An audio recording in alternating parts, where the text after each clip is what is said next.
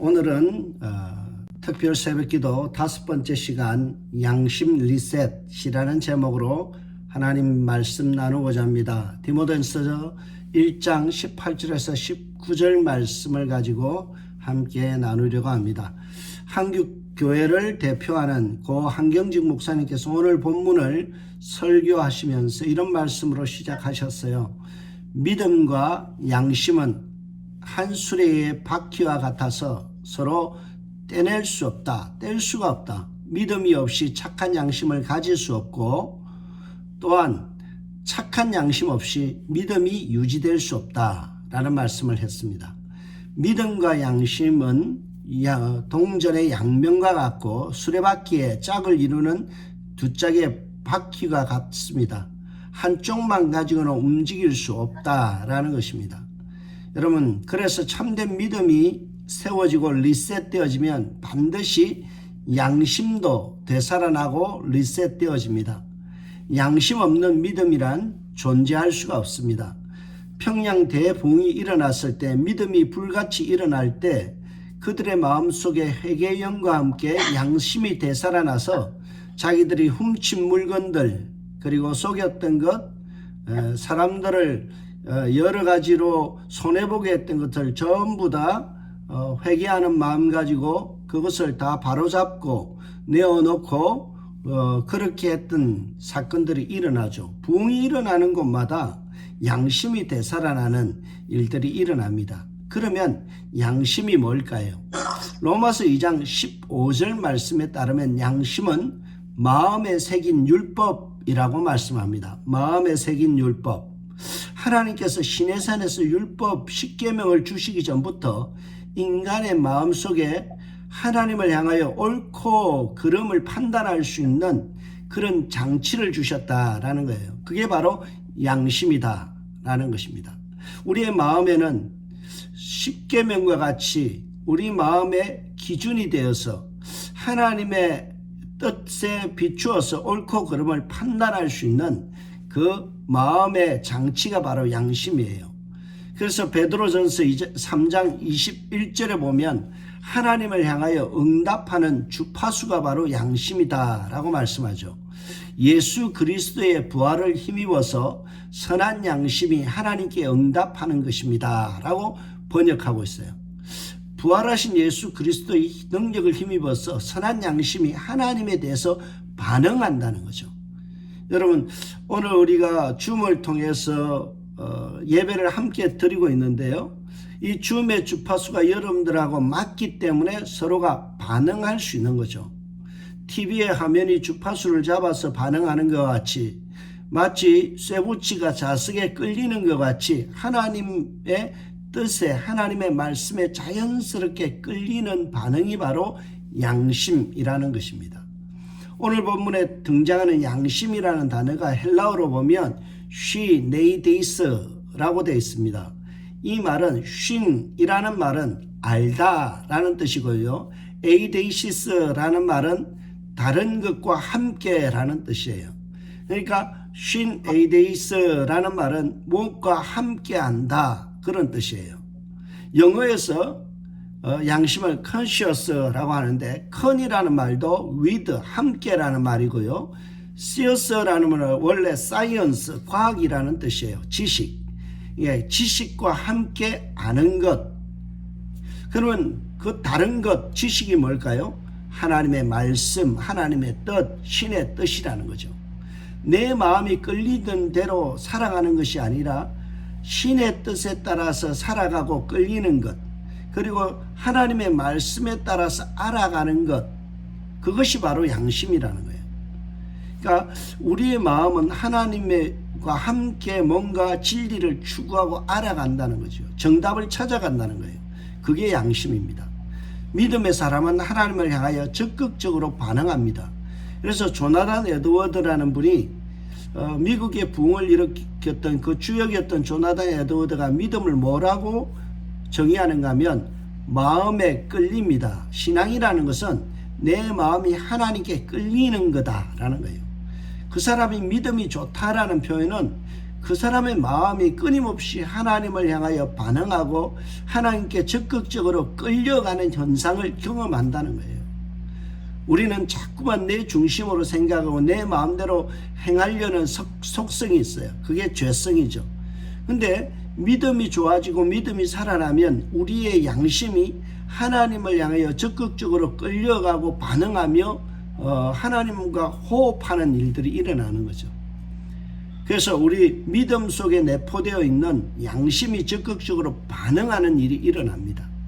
믿음과 양심은 동전의 양면과 같아요. 그래서 오늘 본문에 보면 믿음과 선한 양심을 붙들라라고 말씀하죠. 믿음과 선한 양심, 믿음의 짝을 이루는 한 단어가 바로 선한 양심이라고 말씀합니다. 여러분 디모데전서 3장 9절에 보면 직분자를 세우는 조건에 보면 깨끗한 양심에 믿음의 비밀을 가진 자라야 할지니 라고 말씀하죠. 그냥 믿음 좋아야 된다라고 하지 아니하고 그 믿음의 근간이 되어지는 깨끗한 양심에 믿음의 비밀을 가진 자라고 이야기합니다. 그러니까 믿음이라는 것은 양심 없이는 활발하게 작동할 수 없다라는 거예요. 그래서 바울은 사도행전 23장 1절과 24장 16절을 통해서 자기의 믿음을 이렇게 규정합니다. 여러분 형제들아, 내가 이날까지 하나님 앞에서 선한 양심을 다하여 살았노라. 선한 양심을 다하여 살았노라. 그리고 24장 16절에도 이것으로 말미암아 나도 하나님과 사람에 대하여 항상 양심에 끄리낌이 없기를 힘썼나이다. 그러니까 바울의 신앙의 핵심에 뭐가 있어요? 양심이 있었다는 거예요. 믿는다 하면서 양심을 저버리면 그 믿음은 이미 파선한 거예요. 그래서 오늘 우리가 읽은 디모데전서 1장 19절의 뒷부분을 보세요. 어떤 사람들이 이 선한 양심을 버리고 믿음에 관하여 파선하였느니라. 양심을 지키지 않는 믿음은 파선한 믿음이다 그랬죠. 디모데가 목회하는 에베소 지역에 있는 교회가 선한 양심을 버리고 믿음이 파선한 사람들이 많았어요. 피치 못할 양심으로 그 양심을 저버린 것이 아니라 적극적으로 양심을 무시하고 양심 없는 짓을 하며 살았다는 거예요. 그래서 바울은 선한 양심을 버렸다라고 표현합니다. 이 버렸다라는 말이 아포사메노이라는 이 단어는요, 자발적으로 거부했다. have rejected. 완전히 자발적으로 그것을 거부했다는 거예요. 양심을 팔아먹었다는 거예요. 양심이 털이 났다는 거예요. 여러분, 에베소 교인들은 예수를 잘 믿는 사람들이었는데 그들 속에 뭐가 있었어요? 비양심적인 일들이 일어났다는 거예요. 새벽기도 마치고 돌아가면서 남의 집 담장에서 호박따가는 그런 양심으로 예수 믿었다는 거죠. 바울은 이런 식의 양심을 저버리고 신앙생활하는 것은 매우 부적절하다. 그만큼 양심적으로 사는 것이 믿음의 기초가 된다라는 것을 매우 강조합니다. 바울 서신을 쭉 읽어보면 믿음과 양심에 대한 관계를 매우 깊이 다루고 있는데요. 디모데전서 4장 2절의 말씀은 화인 맞은 양심이라는 우리가 익히 들은 표현이 있죠. 여러분, 바울이 무려 19번이나 자기의 서신서에서 믿음과 양심을 연결시켜서 말씀하고 있어요. 바울은 우리 그리스도인에게 믿음의 싸움은 결국 양심의 싸움이다 라고 가르칩니다. 바울은 영적 아들 디모데 목사에게 오늘 본문의 말씀을 하시기 전에 뭐라고 말씀해요? 아들 디모데야, 내가 내게 이 교훈으로서 명하노니 전에 너를 지도한 예언을 따라 그것으로 선한 싸움을 싸우며, 여기서 예언이라는 것은 하나님의 말씀 설교거든요. 설교 시간에 누차 이야기했던 게 뭐예요? 선한 싸움을 싸우라 라는 거예요. 그 선한 싸움의 핵심적인 내용이 뭡니까? 믿음과 착한 양심을 가지라는 거예요. 신앙생활에서 선한 싸움이 뭔가 하면 믿음의 싸움이며 또한 양심의 싸움이라는 거죠. 여러분, 성도가 하루하루를 살아가면서 하나님 선한 양심으로 살게 주시옵소서. 우리가 기도하며 다짐하며 살아야 돼요. 히브리서 기자는 히브리서 10장 22절 통하여 우리에게 이렇게 말씀합니다. 우리가 마음의 뿌림을 받아 악한 양심으로서 양심으로부터 벗어나 악한 양심으로부터 벗어나 몸은 정결한 물로 씻었으니 믿음에 충만한 확신 가운데서 진실한 마음, 진실한 양심으로 가까이 다가가자. 하나님 앞에 나아갈 때 우리가 무엇을 가지고 나아가야 돼요? 악한 양심을 버리고 진실한 양심을 가지고 나가야 된다라는 거예요. 여러분, 신앙의 변별력은 그 사람이 얼마나 양심적이냐에 달려 있습니다. 그래서 베드로 사도도 베드로전서 3장 16절에서 이렇게 말씀하죠. 선한 양심을 가지라. 이것은 너희를 가리켜 악을 행하는 자라 비방하며 그리스도 안에 있는 너희의 선한 행실을 거짓되이 비방하는 자들로 하여금 부끄러움을 당하게 하려 함이니라. 우리를 향해서 끊임없이 비방을 하는 사람들을 향하여 우리가 보여주고 드러낼 수 있는 게 뭐라고요? 선한 양심이라는 거예요.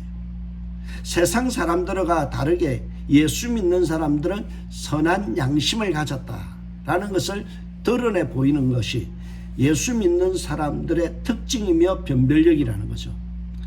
여러분, 우리가 이렇게 선한 양심을 가질 때 비로소 기독교의 정체성인 참된 사랑을 세상에 보여줄 수 있어요. 우리가 이웃을 사랑한다는 것은 이웃에 대하여 양심적으로 대한다는 거예요.